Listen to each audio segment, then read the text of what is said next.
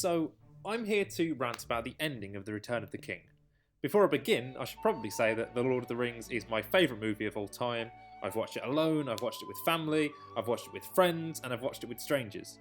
I know people who love the movies, I know people who hate them.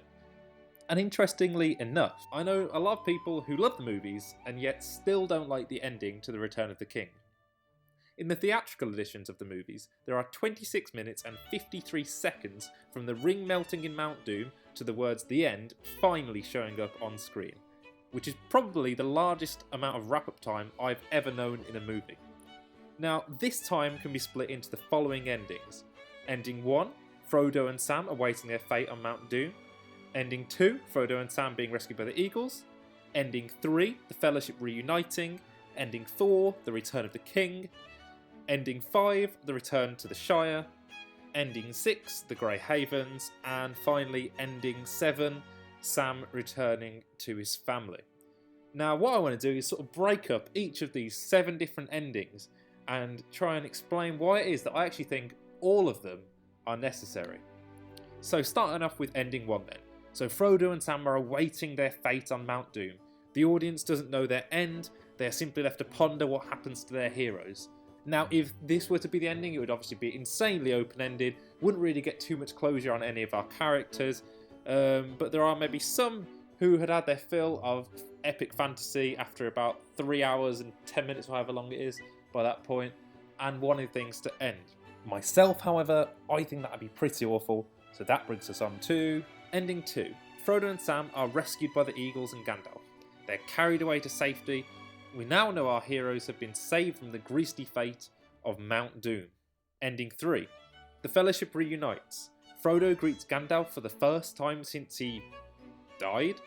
Well, yeah, to Frodo, he's seeing his friend who died ages ago standing in front of him with a new nice white beard. I mean, for myself, I'd be thoroughly freaked out by that, but anyway. He's also met by Aragorn, Gimli, Legolas, Merry and Pippin. For the first time, we as the audience get to see Frodo having a taste of his efforts and what they've done for Middle-earth.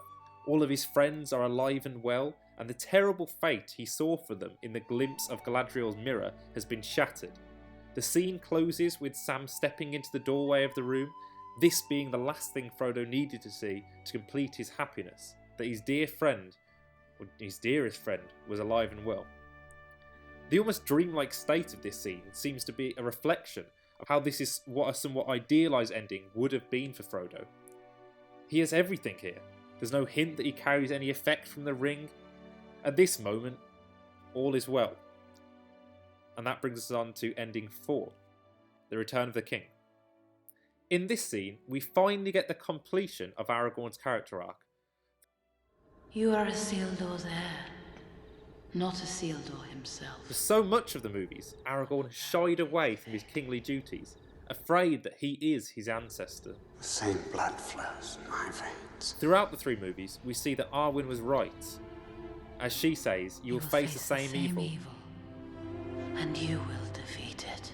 In The Fellowship, Aragorn directly turns down Frodo's offer of the ring, while in The Return of the King, we almost see a parallel between the deserters of Gondor, who would not fight for their king despite their oath, and Aragorn, who, while not afraid to fight, is afraid to take up the responsibility of king, something his country desperately needed, as can be seen by the sorry state Gondor currently lies in. Gondor was given over to lesser men. Aragorn's decision to take Anduril and become the king of Gondor begins this trajectory towards its ending, while his ability to overcome Sauron's whispers at the Black Gate sees Arwen's prediction come true. He has overcome those same challenges, and Aragorn now understands that he has a duty to fulfill, and he feels confident he can fulfill it. He must take up the mantle of King of Gondor and lead the capital of Man to a peaceful future. This scene is vitally important to resolve that arc, as well as to wrap up the love story between Aragorn and Arwen, which Elrond finally gives his blessing to, after much admonishment from him throughout the movies. Moreover, if that wasn't enough, at the end of this scene we finally get the world appreciating hobbits. This tear-jerking moment allows the audience a sense of satisfaction that their heroes have now become the heroes of the people of Middle-earth. So there we have it. All the main characters' plot points are wrapped up, and ending number 4 is the perfect ending. Right? Wrong. See, that would be true if you're not thinking all too deeply, which is a very polite way of saying, "You're basic." you're basic. To this point, everything has been perfect. It's been an idealised version of the impacts of war, and to be fair, that perfection will continue for a little while in Ending 5, The Return to the Shire. This part of the ending lends a nice circular feeling to the narrative. The hobbits returned to the place from whence they came, but changed. Well, I think Merry and Pippin just seem a bit more full of themselves, but in terms of Sam and Frodo, we see a clear change from their characters when we first meet them to now. When we first meet Sam, he's terrified of talking to the woman he fancies. He's self-conscious, anxious, you might even say cowardly. The great irony is, of course, that Sam is now known as Samwise the Brave, and would be regarded by most audiences as the bravest character in the movies. So seeing him finally overcome his greatest fear seemingly caps off Sam's character arc perfectly. If we didn't have this scene, the seeds planted in the first movie would have been left unwatered. Yes, you could argue that fighting a giant spider or carrying your mate up Mount Doom is more impressive, but this example truly hits home the exact effect the journey has had on Sam, as we are given the opportunity to directly contrast his behaviour with two mirroring scenarios. That's almost part 1 of Ending 5. Then we get part 2, where we see that the journey tore at Sam, but it only toughened his skin. Frodo, on the other hand, has not coped in the same manner. The tears the ring-bearer suffered could not be repaired, or as he says, "Some hurts that go too deep." Sam walks into Bag End and says to Mr. Frodo that he's finished it, referring of course to the book that Bilbo began and Frodo has nearly concluded. But almost speaking directly to the audience, Frodo replies, "Not quite. There's room for a little more." I'm sure this sentence was perhaps met with a few sighs from audiences as they watch this. But this little more is vital still. We get a hint of the effects Frodo suffered from his journey, but only a little at this point. This brings us on to Ending 6, The Grey Havens.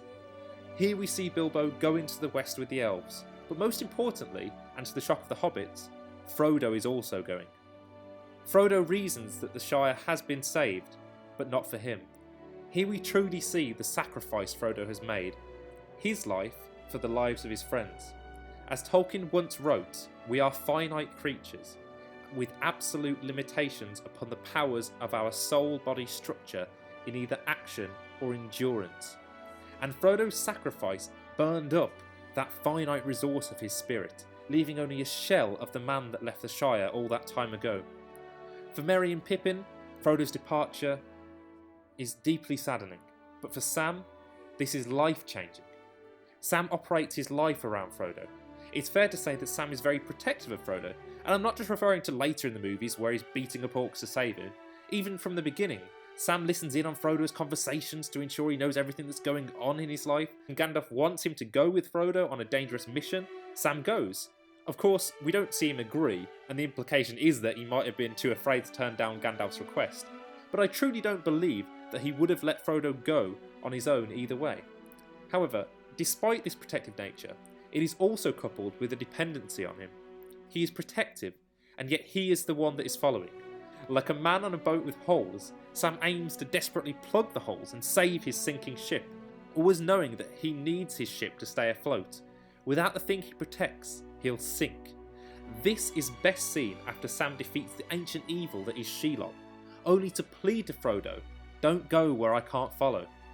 Even at this point, Sam sees himself as following Frodo, and now Sam must stop following. And even to the point where Sam learns Frodo is leaving, Sam still begs, "You can't leave." But Frodo is leaving, and so Sam's ship sails away, but as it does, Sam does not drown. Instead, he finds himself washed at shore, his feet planted firmly on the ground, which brings us to Ending 7, the actual final ending, wherein Frodo says to Sam that he cannot be torn in two. He urges his friend to find his own life, one that is not dependent on his old friend. We see Sam embrace his new life, and his closing line of, "Well, I'm back," seems to support that. The laughably simple line seems to imply that his focus is not on the past. Despite the heartbreak he just underwent, he's focused and committed to the future and his new life. He seems to almost brush aside the events that have just occurred to him. And with that, the story of each character is now complete. So if you somehow couldn't already tell, I adore the endings to The Return of the King, and think all 26 minutes and 53 seconds are necessary to concluding the character journeys of all the protagonists whose characters' journeys needed concluding. That being said, there is one gripe I have. Well, not a gripe so much as a reason I can put forward for why so many people appear to get fooled into thinking the ending of so many scenes appear to be the ending of the movie. That reason being the extreme use of fading to black and white. Of course, every fade out shouldn't mean an ending, but the common trope, one which is eventually used when it does actually end, for want of a better word, tricks the audience into thinking the movie has concluded. So yes, to an extent, I can sympathise with some who believe the ending to be too long, but only to an extent. By every storytelling standpoint, ending the story at any ending other than number 7 would have been an unsatisfying one. So yeah, rant over, I suppose.